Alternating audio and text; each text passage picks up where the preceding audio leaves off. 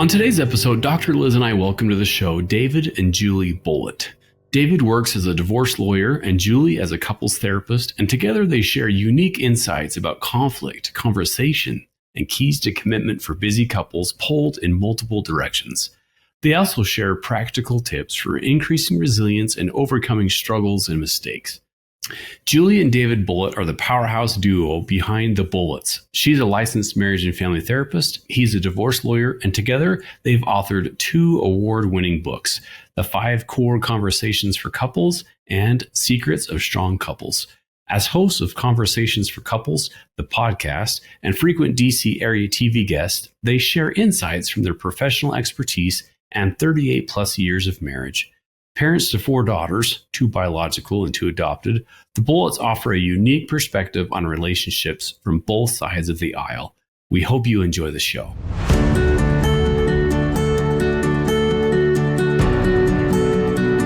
Welcome to Stronger Marriage Connection. And we've got the psychologist and the professor, respectively, Dr. Liz Hale and Dr. Dave Schramm. Together, we have dedicated our life's work to bringing you the best we have in valid marital research, along with a few tips and tools to help you create the marriage of your dreams. Okay, Dave, so what happens when you take a top divorce lawyer who's married to a talented family therapist? I mean, it sounds like a joke, right? What happens when you go into a bar and you... That's right. We're in. But the big question is, you take this beautiful couple, talented, a therapist, top divorce lawyer, at the end of the day, close the door. What do they really say? What's really on their minds? Where do their specialties merge and where do they clash? Professionally, David and Julie Bulitt have seen life's most difficult challenges, from addiction, infidelity, mental and physical diagnosis, and trauma. They have also even weathered their own challenges like most of us do at home, including raising 4 beautiful daughters, 2 biological and 2 adopted, even dealing with addiction and mental health issues in their own home. Well, what they've learned about saving a marriage could fill a book or 2, and it does, actually, Dave. We're going to get into that and so much more with David and Julie Bulitt. Welcome to Stronger Marriage Connection, our friends. Thank you so much for having us. We're looking forward to it. It's just a joy. You've been married for over 35 years. Did I get that right? What's the number? 38, not that we're counting. Yeah, 38. I'm so glad I asked. Those 3 years matter. It's 3 more years. They do. My joke I like to tell is the 17 happiest years of my life, which of course is a joke. And then I give them an elbow and say that's, yeah. But in some ways it's true, because as you know, because this is your realm, is marriage is really hard and it's not all easy and not all beautiful.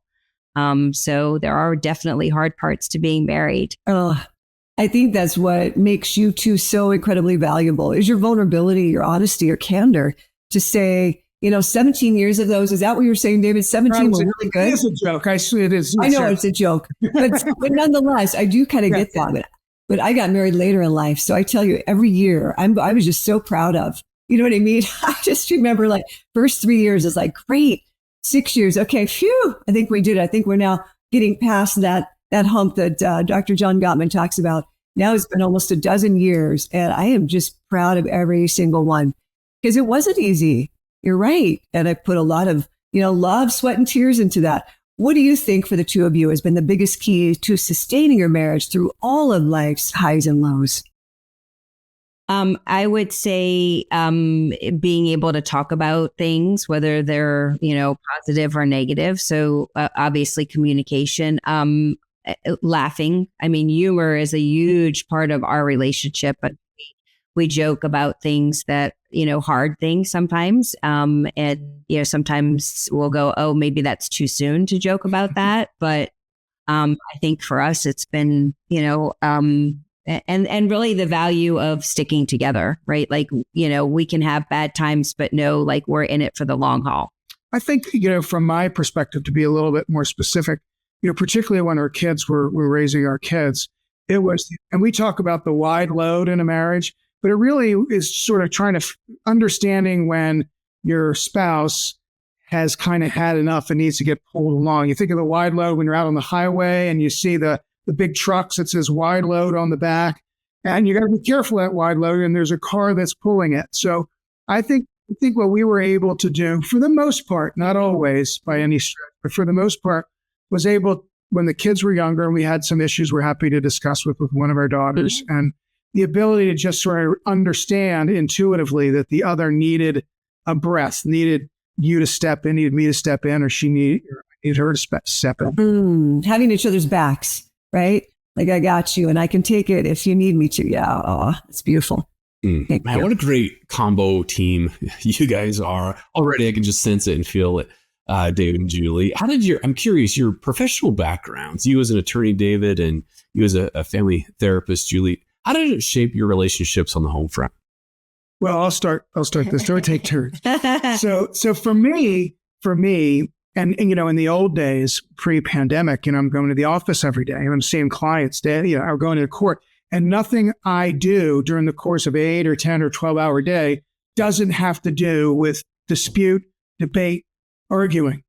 So when I get home, what do you think is the last thing I want to do? Right? I just, and so I think in fairness, and I'm not saying that to be particularly solicitous, but in fairness, I just kind of had enough. By the time I got home, it was, if she needed me to do this, sure. We want to talk about this, that's fine. When the kids need to go here, no problem. I just, the desire to avoid conflict was, I think, certainly, again, when our kids were younger. It's different now that we're almost empty nesters, but I think that was a big thing for me. Right, not sweating the small stuff, and I think the flip side to what David's talking about is that we, what I see in my office, families that are having these couples that are having difficulties, and what he's seeing, which is people really having difficulties and getting out of relationships, is a sense of gratitude. Yeah. And a sense that, what we're kind of enduring at our, in our home, within our family is, like it sometimes it stinks. Sometimes you don't like it. You don't want it. But in perspective, it's not that bad. Right. We can get through, a messy room, or we can get through a screaming match and repair, relationship afterwards. And so there's all these things that sort of come into play. Yeah. Yeah. I love that. Do you mind if we probe just a little bit? Were there ever any moments when you seriously questioned, your own marriage? And I think people will come into crossroads and arguments and we're going different directions. How do you navigate those times? I think a lot of couples are there right now. If not now, they've been there, they've done that, or they're headed there. What do you recommend? How did you navigate it? And how can other couples navigate those rough waters? Yeah. So first of all, I want to say, even though, as you guys are too, trained professionals, the trained professional piece goes out the window a lot when you're within your own relationship. So I may know to use an empathetic response. I may know to come to your level. I may know to, give positive reinforcement. But sometimes when you're like triggered or you're having a moment, like you forget all of those wonderful techniques. So I just want to say that it doesn't make things easier, necessarily that I'm a therapist, right? No. And to answer your question, we did. I mean, certainly I think I could talk for Julie to a certain degree too. We had 2 areas in our life during the course of our marriage. Now, thankfully, the last 10, 15 years, we haven't struggled in these areas. Particularly, our kids have grown and financial issues have changed.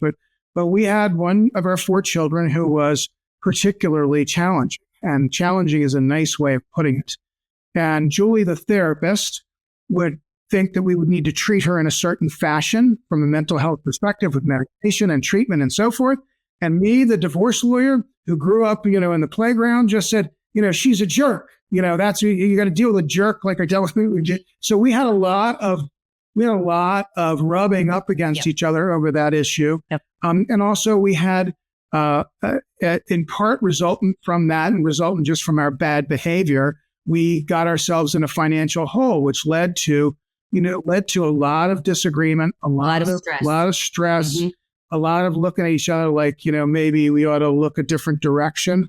But to answer your question specifically, we did deal with those issues. I'm happy to talk about any of that you want to. Ultimately, we were able, and Julie came up with this, we were able to lean in as opposed to leaning out.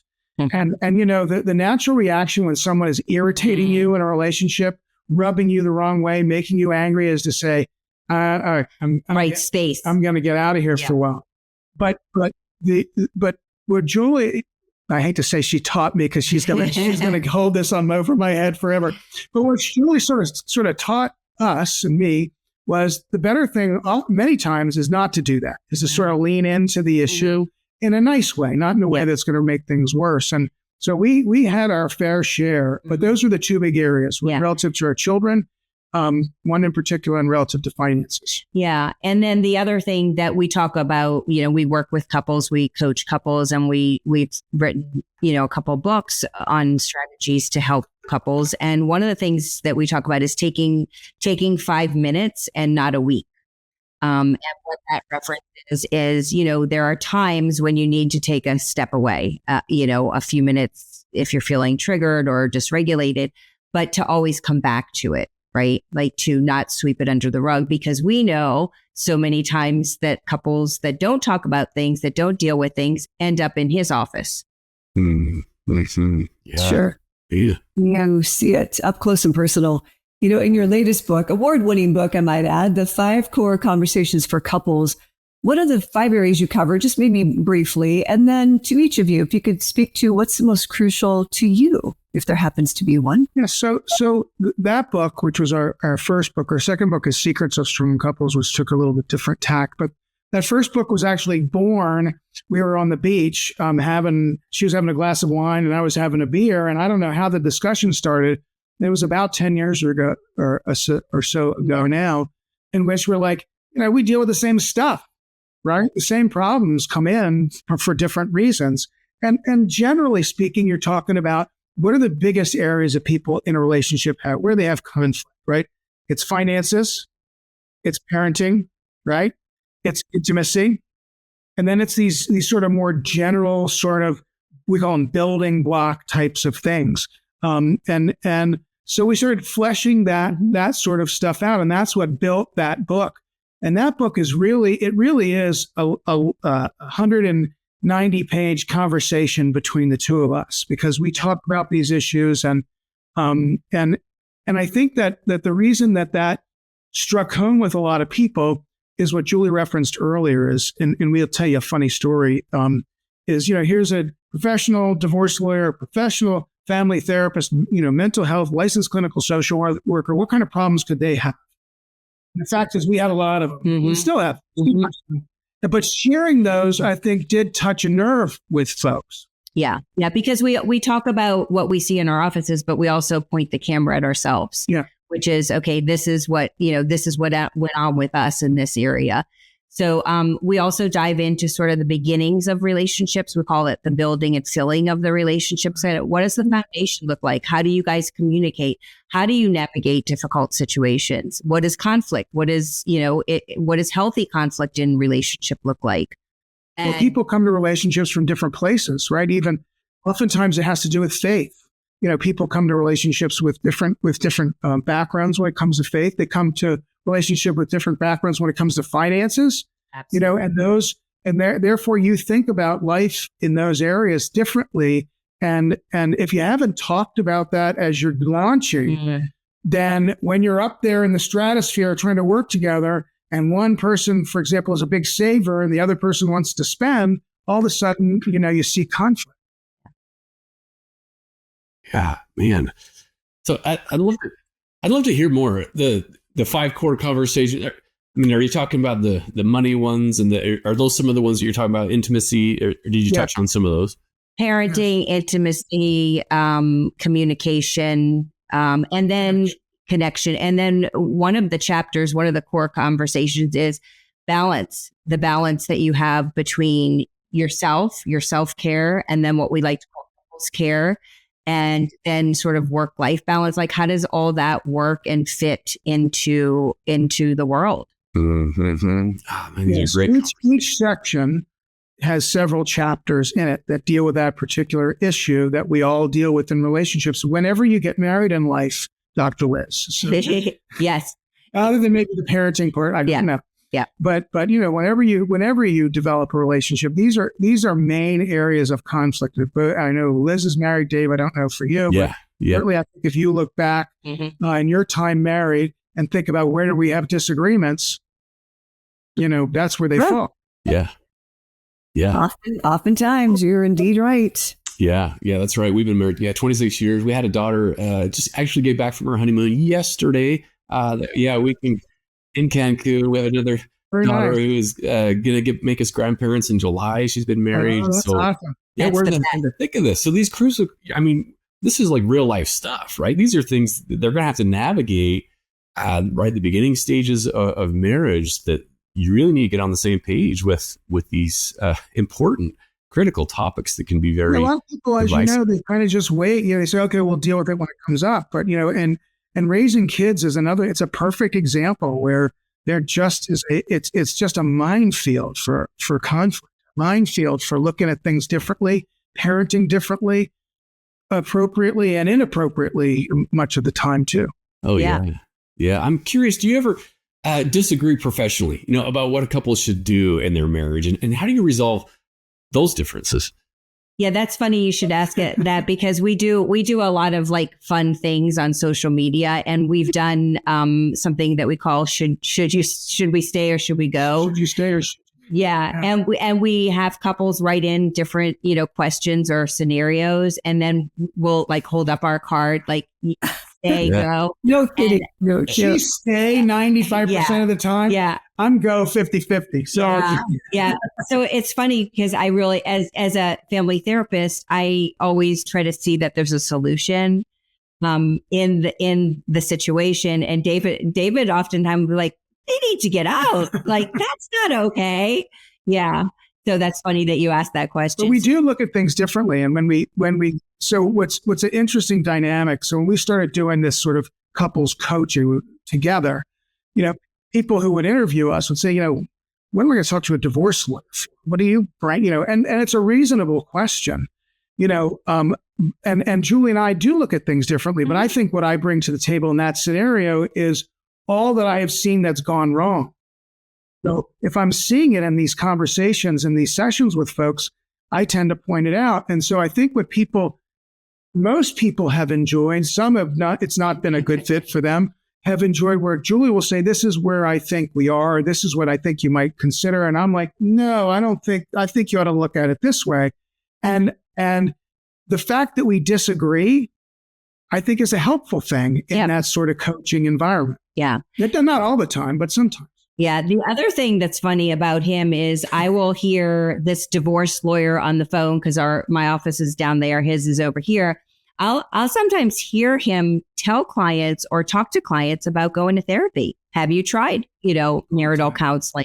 Have you thought about, doing this? Or why don't you take a little time and then come back to me and see if you can work this out? Which I don't know if that's unique to him being married to a therapist, but I think it's kind of cool. Yeah.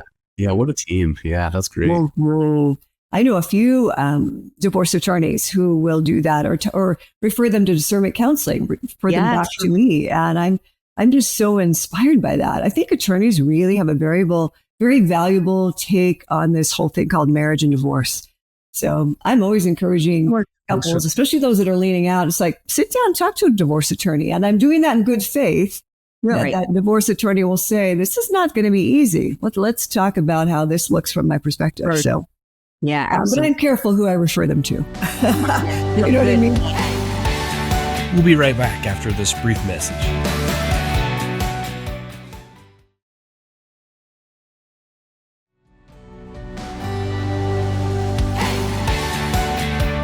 And we're back. Well, let's dive right in. Yeah. Well, people often ask me this next question, David and Julie. So I'm going to pose it to you. But as professionals, you see everything, like we talked about, from marital dysfunction to divorce. How do you keep it from affecting your own marriage? Or does it motivate you just the other direction, maybe? Well, so it's more difficult in some ways now than it was when we weren't doing this business that we have together. So as you know, we've got the books, and Julie and I do our own podcast, and we have our own full-time jobs. So it has become, I have found, and I can't speak for her, more difficult to stop the business from bleeding into personal life. So we might be done with the workday, but we still have other of our work to do. And then when I think we're done, she might still be on the phone or her computer, or responding to people, or doing whatever we might be doing on social media or with our podcast or whatever. And that does sometimes, it takes a real effort to say, okay, we're not going to do that. And one of the things that we came up with, and you asked about specifics earlier, is we came up with this no tech 90. And sometimes it's no tech 30. 30, no tech 45, whatever you think you can, even if it started no tech 15, whatever it might be, if it's you're at home on the couch, phones are off, computers are away, off, and you're just hanging out. Maybe you're having a cup of coffee, maybe you're having a drink, maybe you're watching a show together. That's okay. Taking a walk, it doesn't matter. Doing something without paying attention to outside influences. I mean, and you folks are out west in Utah, and here, we go out on a Saturday night, and you look around, and people are out, for young, old, it doesn't matter what age, on their phones, looking at their phones. You're on a date on their phone, and we're like, what is the connection piece?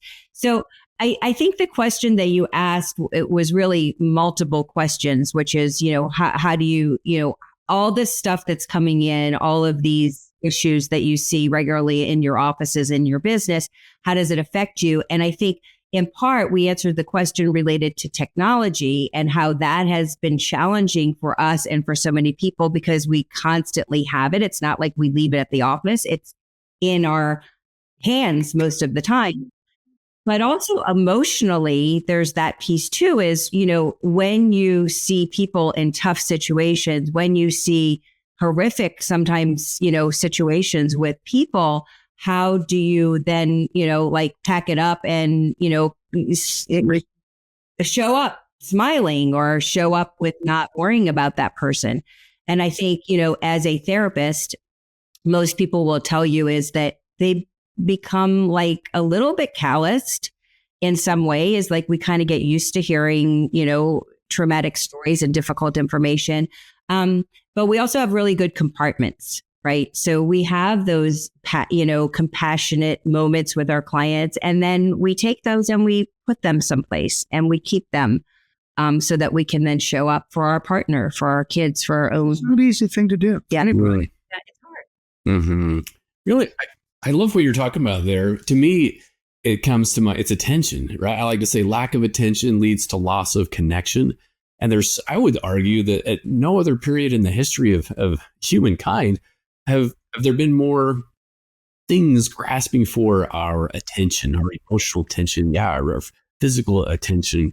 Man, that can drive couples apart. Video games, technology, sports, whatever it is. Man, it's a balance, and I think it's really difficult, especially today. When I grew up, here's a good example. When I grew up, and I had a question about something that was in school, and I had to find out the answer.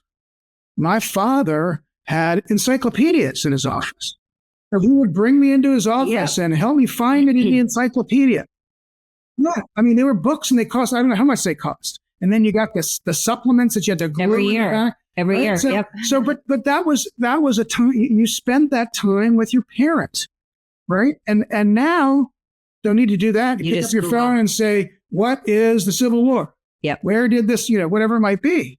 Yep. And it's so easy and so much at hand. Yep. That it does take effort to push it. The connection is definitely the connection in all areas, whether it's you're using the Starbucks app and you're running in to get your coffee, versus waiting in line and talking to the person, the person making it or the person behind you, right? Like that loss of connection is everywhere. And it is in relationships, within families, within couples. And it's really difficult. So it's important for, your listeners to hear, whether you do a no tech 15, no tech 30. I know some families that turn off technology, after a certain hour in their family. And I think that that's a great strategy, really paying attention to making time without that technology. Mm-hmm. Another thing I often hear couples mention, I'll just ask them, hey, how are you doing? And one of the most common answers now in recent years is like, oh man, it's so busy. I'm busy. Whether it's busy running kids around or busy or we're both working, it just is so busy. Tell us a little bit about maybe some common communication, breakdowns, or we're going in different directions, midterm, long-term relationships. I mean, what's happening today? Well, let me start from the divorce lawyer standpoint, and then Julie can talk about what you really answer your question. Mm-hmm. But to sort of overlay for you is, I get asked all the time, what's the main reason that people get divorced? What's the biggest reason? Mm-hmm.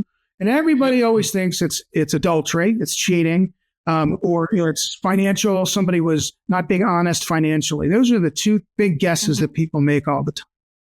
But the reality is that neither of those are true. They happen for sure. But the biggest reason that I see, and I represent, my practice is now 75-ish% women. But regardless of gender, what you see is this malaise, and it grows over time. And so if you use this, you're going to have to name it. I call it malaise creep. Okay. So I mean, what happens is, think about it. You're a young couple. You get started off. You're working hard because you want to save for a car. You want to save for a house. Then you have a kid. And then you have another kid. And now you're running off to soccer, and you're running off to lessons, and you're going here and you're going, and you're working. And you're moving all these parts are getting moved around. And as a year goes by, and 5 years goes by, and 10 and 20. And then the kids are gone. And these folks sit across the table from each other. And it's not like they don't like them or they're mad at them. It's just that they're not connected to them anymore.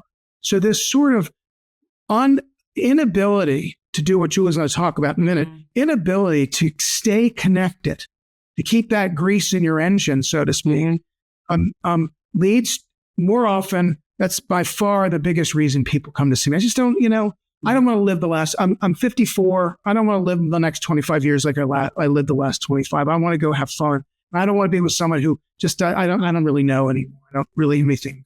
Yeah. And we talk about that your relationship can't be like the elf on the shelf, which is something you can just put on the shelf and then get out, when you're ready, or once a year or once a month. That relationships don't endure that very well. And we have done through our marriage, through our 38 plus years together, is we've always had date time, whether it's a date night, a date coffee, a date walk. And David was the one that actually was really good about that. He, even when the kids were little, sometimes we would put them to bed and then go sit someplace else in our house that we usually wouldn't sit, to make it special. If we couldn't get a babysitter or afford. Sometimes it was just she was in the bathtub, and I would come sit down on the floor in the bathtub just so we could have some quiet time. Not just so I could see her in the bathtub. She's a part of plus, by the way. Yeah. But so we could have that sort of quiet time. Yeah. And it's it's different now. Yeah. Yeah, we always made sure that we were connecting on a regular basis, and like I said, it doesn't have to be a date night. It doesn't have to be a fancy restaurant. It doesn't have to be, something specific, but really making time for each other on, at least a weekly basis. I can't tell you how many couples I work with that come in and they don't remember the last time they had a date. Wow, sad. Yeah. So sad. So that's how you protect your own marriage from malaise. Yes, we protect. Yes. And, on a daily basis, we are also very good about checking in with each other, physically, whether it's a hello kiss, a goodbye kiss, or, how are you? Did you sleep okay? How are you feeling? Those kinds of things. So I would say daily check-ins are super important too. And then the weekly date nights or date days. And then if you want to kind of just round it out with a monthly, what we do is a monthly goal setting session where we talk about the state of our union. Where are we financially? Where are we with the things that we wanted to do together, whether it's planning a vacation, taking a vacation, something we wanted to do with our grandkids. And we check in once a month on how we're doing with our goals. I hate those things. But she's right. We started with a journal that someone gave us when they were on a trip. Oh, yeah. And Julie started that. Yeah. And it can be, it's something that a lot of people don't really want to do, particularly at the beginning. But it's a good idea. You say to people, if you own a business, for example, right, and you have goals for that business, I want to go from 1 store to 3. I want to grow from $100,000 in revenues to $1 million in revenues. But we don't set goals in our relationship. So if we take care of our business and our work lives that way, why wouldn't we try to do the same with what the relationship that's probably the most important throughout your life, and that's with your spouse, your partner?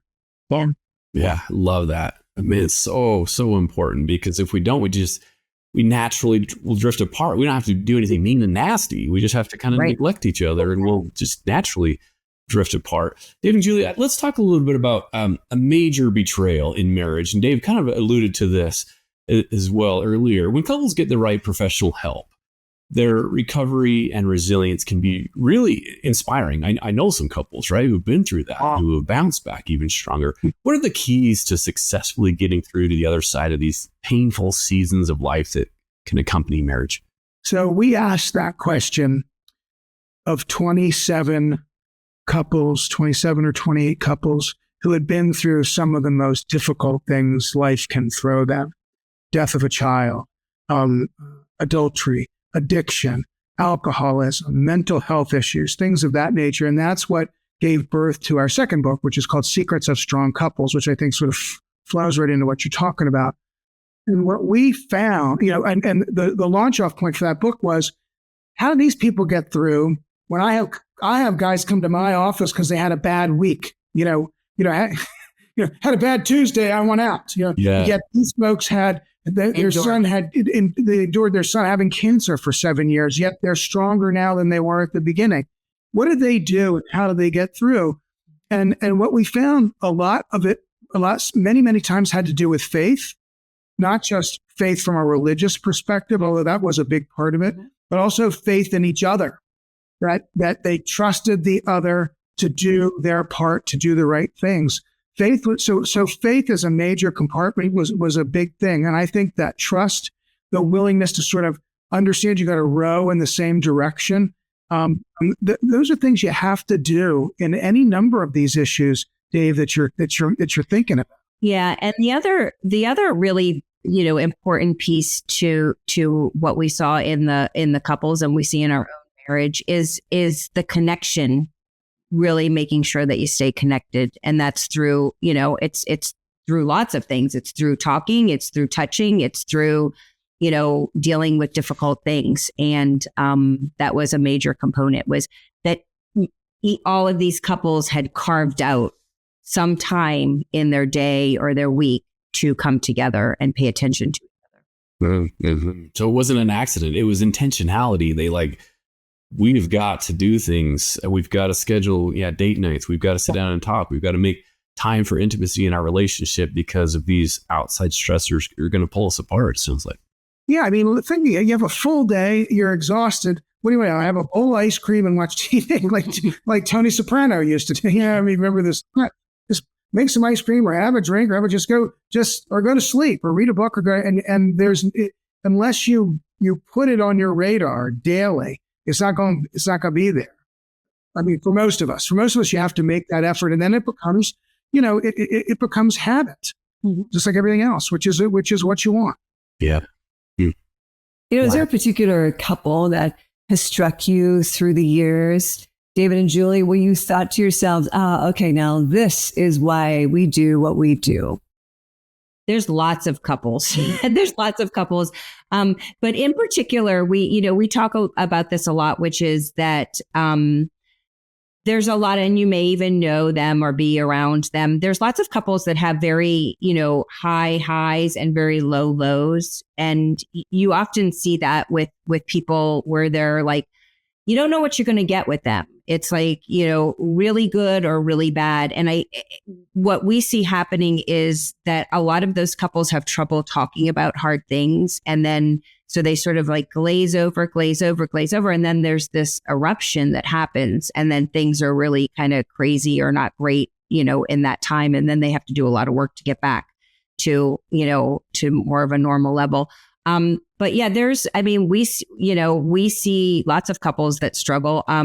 The other thing that I would say, you don't always get to choose who you're around, but if you can find other couples that really like each other, that are friends and they're married, or they're friends and they're in a relationship, hang around those couples, because what you kind of see around you is kind of, it's contagious. Mm-hmm. One way or the other, right? For better or for worse. One way or the other, right? It's contagious. And the thing, in terms of a thought for folks to keep in mind, and this came up when we did an interview the other day, which is, see, pick a typical Thursday, Friday, Saturday night, whatever it is, and your spouse says, well, what do you want to do? And you say, whatever you want.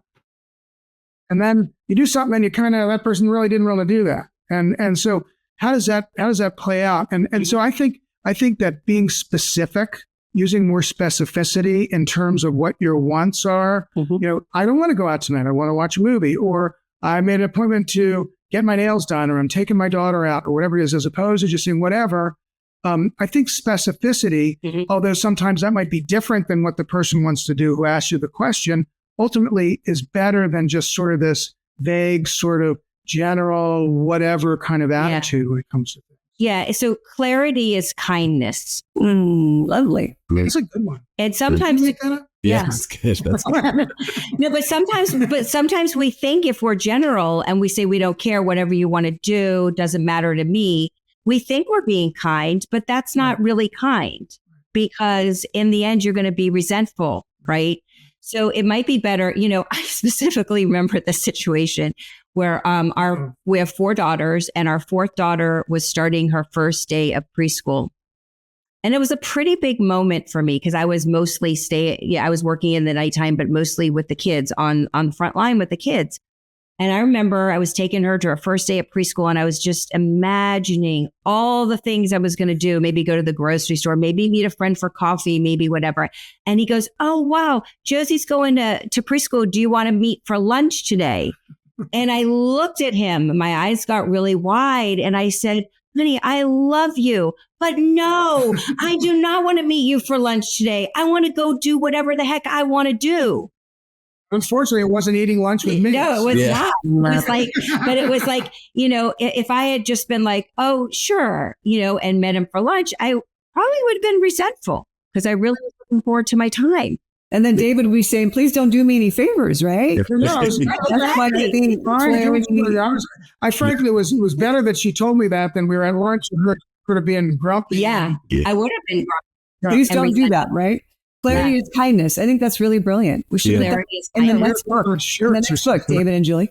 Yeah. The other thing we always say is, so clarity is kindness. We always say our goal is to put David out of business. Yeah. Oh, that's good. That's nice. Yeah. Keep couples together and keep them out of the As an American, better for worse. Yeah.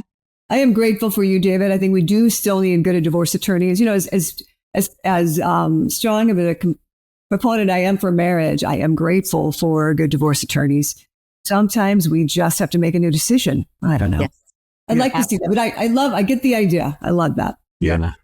Hey, David and Julie, there's a question that in particular we like to ask each of our guests here on the Stronger Marriage Connection podcast. In honor of the name of the podcast, we'd love to ask, what is the key to a stronger marriage connection? And there are all kinds of keys. So what is maybe a key? Julie, start with you and then David. Having fun together. Amen. Enjoying each other, staying playful, staying, not sporadic. What's the word that I'm thinking of? Like doing something quickly, like without thinking about it. Like spontaneous. Yeah. Being fun.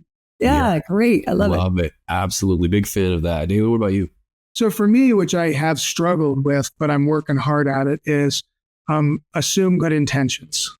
When your spouse does something that strikes you as irritating or directed to you, and the initial response is to be defensive or to fight back, assume that what they said or what they did was not to be something negative. Assume that it was positive, but maybe came across in a different way. So assuming good intentions which again is harder to do for me a lot, but I'm working at it, as I said. I think that's an important piece to a successful relationship. Oh man, great. Both excellent tips. Thank you. Mm-hmm.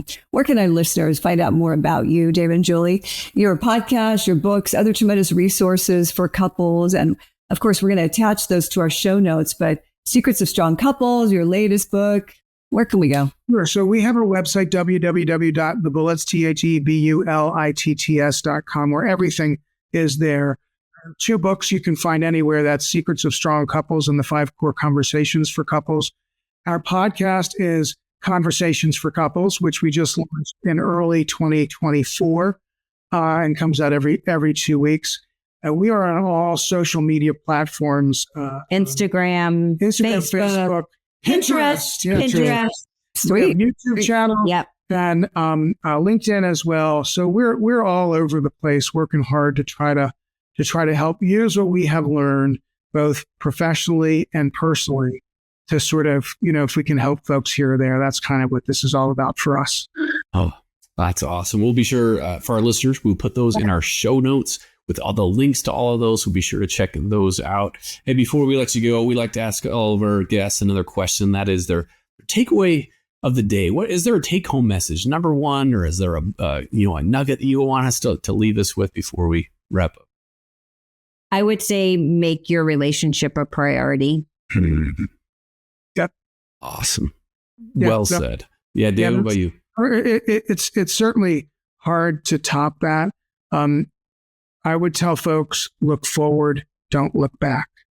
So don't keep bringing up what happened before so that history somehow repeats itself.